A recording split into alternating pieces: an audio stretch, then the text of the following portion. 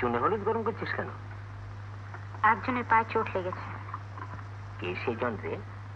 আচ্ছা, তোমার এত খোঁজের কি দরকার বলো তো? জয় গৌর, জয় গৌর।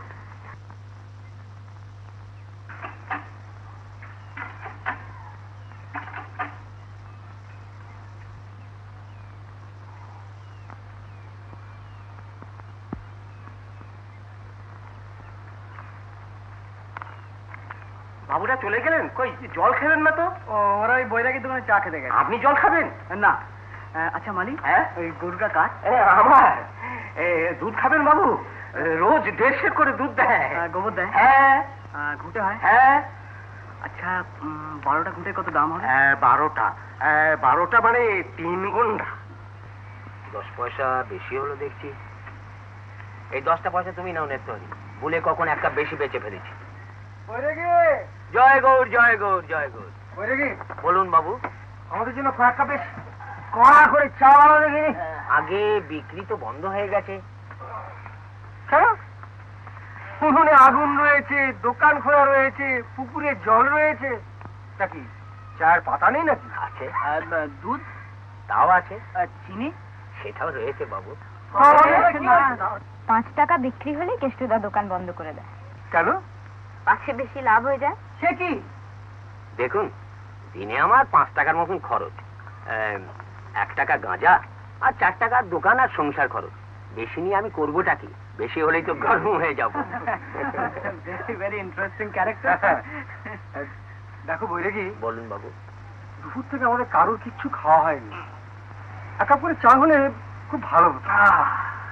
এটাও কেষ্টুদা, হাজারো কেরা আমাদের গায়ের অতীত, তারপর দুপুর থেকে কিচ্ছু খায়নি। ঠিক বলেছিস, তোর মনটা বড় ভালো রে। না তোরে কয়েক কাপ জল এদের জন্য বসিয়ে দাও তো। আচ্ছা, বগলা বলে কি একজন আপনাদের মধ্যে খুব নাকি মরদের মতন খেলেছেন, তিনি কোনজন? তিনি আসেননি, তার পায়ে চোট লেগেছে। চোট লেগেছে? চোটের কথাই যদি বললেন বাবুজি, তাহলে দুকলি শোনাই।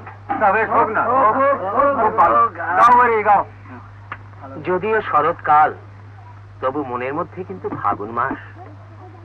দারুণের সময়, লেগেছে বিষম চোট, কি জানি কি হয়।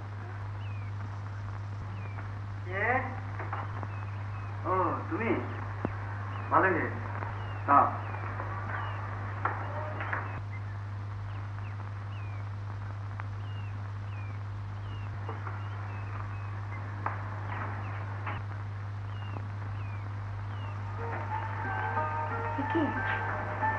বলেছিলাম না মাল আমি ফেরত দেবই। গুনে দেখো 12টা আছে, আর বাড়তি একখানা তোমাদের প্রেসিডেন্টের জন্য দিয়েছি। তা প্রেসিডেন্টকে নিজে দিয়ে এলেই হতো। প্রেসিডেন্ট তো আর আমার মালা দিতে আসেনি, তুমি দিয়েছিলে। এই বাটিতে করে চুনি হলুদ গরম করে নিয়েছি, পায়ে লাগিয়ে দাও, সেরে যাবে। তুমি লাগিয়ে দাও। ভারী বয়ে গেছে, কেউ দেখো আমি মরি আর। চুনি হলুদটা লাগাতে ভুলো না যেন। না না শোনো, অস্থির হও না। না এই জল শরবতটা খেয়ে একটু ঠান্ডা হও। শরবত খেয়ে ঠান্ডা হবো না ঠাকুরদা, আমাকে এক বাটি বীজ গুলে দিতে পারো? আমি খেয়ে মরে যাই। কি যে বলো থাকতে। হাড় ভাঙা গ্রামে বসে আমাকে এত বড় অপমান সহ্য করতে হলো ঠাকুরদা, এত বড় মতো অপমান।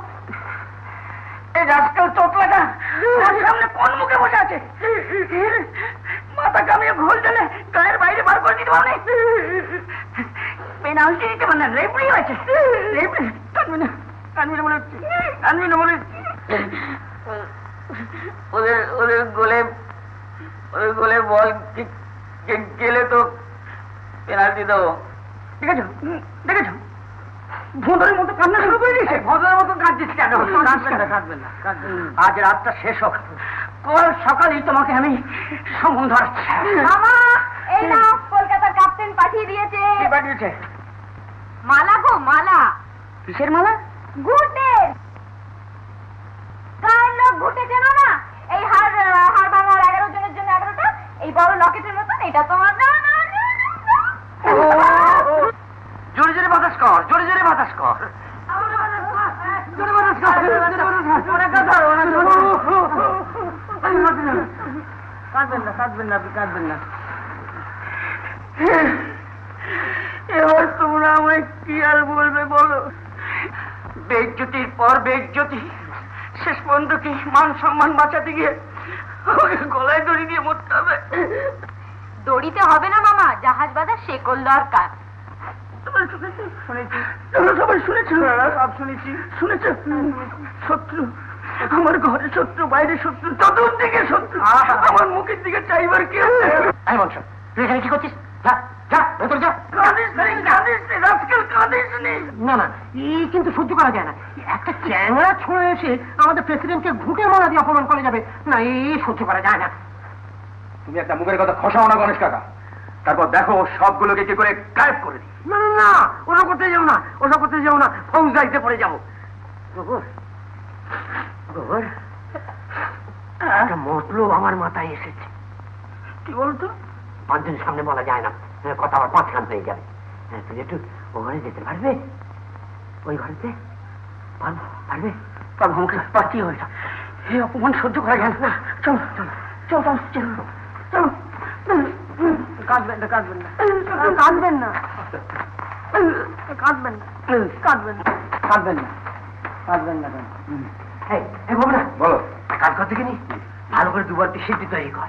2 বালতি? হ্যাঁ, আর ওই এক কাজ করছি, ওতে ওই তাওয়ার কষা ঘষে দিবি। তাওয়ার কষা কত পাবো? তাওয়ার কষা পাবি না? না। তাহলে কাজ কর, তাওয়ার কষা ঘষে দিবি। আচ্ছা, ওর মতো যদি ওই সিগারেটের কিছু ছাই ফেলে দিই, করা হবে? করা হবে, খুব করা হবে। দারুণ, ঠিক আছে। গোবর ঘুটে হয়ে গেছে। বাবুরা আছে? আপনাদের দলের ক্যাপ্টেন কে? মালখানা গোল খাওয়ার পরেও সেটা জানতে বাকি আছে না? ওসব আনসার করে রাখুন মশাই। ক্যাপ্টেনটাকে বলুন, তার সঙ্গে দরকার আছে। আমি ক্যাপ্টেন, কি দরকারটা শুনি। আপনাকে প্রেসিডেন্ট বাবু একবার তলব করেছেন, আপনি যদি একবার পায়ের ধুলো দেন তাহলে বড় বাধিত হবে। ওর বড় খোড়া, ও যেতে পারে না। তাই এক কাজ করুন, একটা থালায় করে চারটি ধুলো নিয়ে এসে ওর পায়ে ছুঁয়ে নিয়ে যান, তাতেই কাজ দেবে। ঝামেলা করলে স্যার তুলে নিয়ে যাব। সেটা কি ভালো হবে দাদা? ছোটিও না ভাই, ছোটিও না, ছোটিও না। এক্ষুনি যাবো দাদা, আগে একটু পেটে না না না, তারপর ওই উনি ওখানেই খাবেন, আর ওনার যে আত্মীয় আছে তাকেও যেতে বলেছেন। এই ঘটনা চলো চলো, প্রেসিডেন্ট বোধহয় রিপ্লের জন্য ডেকে পাঠিয়েছে। একটু খেয়ে দিয়ে গেল না? আরে ওইখানে গিয়ে খাবেন, চলুন চলুন। হ্যাঁ বাবু তো দুজনকে নিয়ে যা। ফোনে খাবো ফোনে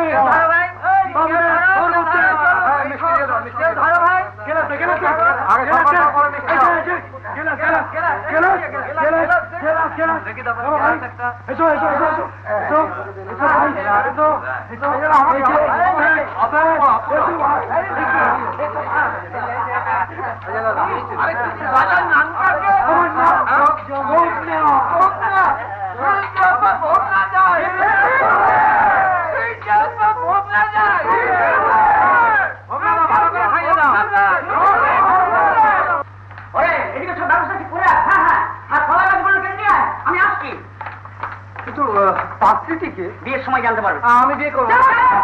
দেখুন, এই সমস্ত ব্যাপারটার জন্য কিন্তু আমি দায়ী হব। ভালো কাজে দায়ী হওয়া কি এমন মন্দ কাজ?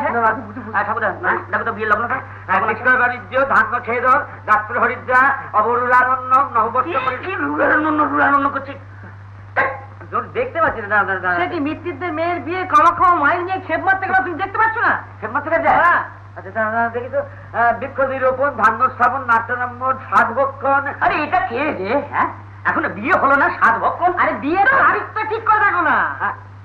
বিয়ের কাজ ফাজলামি হচ্ছে কেন? হ্যাঁ, এটা তো গত বছরের বাজি। গত বছর ইয়ার কি হচ্ছে? আরে এবছর এটা কোথায়? বছরটা কোথায়?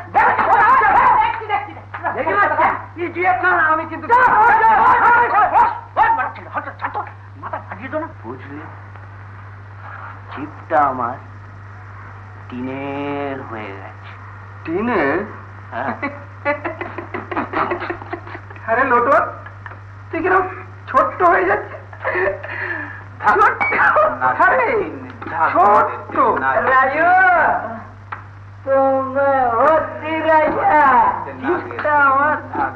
টিনের হয়ে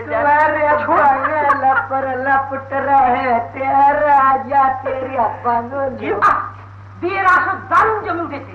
আজকে বিকেলের খেলায় হাড়ভাঙা গ্রাম যতটা দমে গিয়েছিল এখন আবার ততটা মেটে উঠেছে। তার কারণ আজকের খেলার হিরো বাবুলা আমাদের গ্রামের জামাই হতে চলেছে। হ্যাঁ, এই তো কনেকে সবাই প্রিয়তে বসিয়ে ধরে ধরে নিয়ে আসছে।